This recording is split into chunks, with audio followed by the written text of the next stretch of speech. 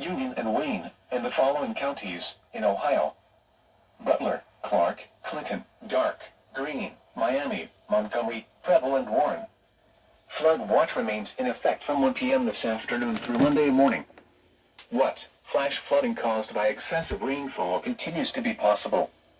Where? The following counties in Indiana: Dearborn, Fayette, Franklin, Ohio, Ripley, Switzerland, Union, and Wayne. The following counties in Kentucky: Boone, Bracken, Campbell, Carroll, Gallatin, Grant, Kenton, Lewis, Mason, Owen, Pendleton, and Robertson. And the following counties in Ohio: Adams, Brown, Butler, Clark, Claremont, Clinton, Dark, Fairfield, Fayette, Franklin, Greene, Hamilton, Highland, Hocking, Madison, Miami, Montgomery, Pickaway, Pike, Preble, Ross, Scioto, and Warren.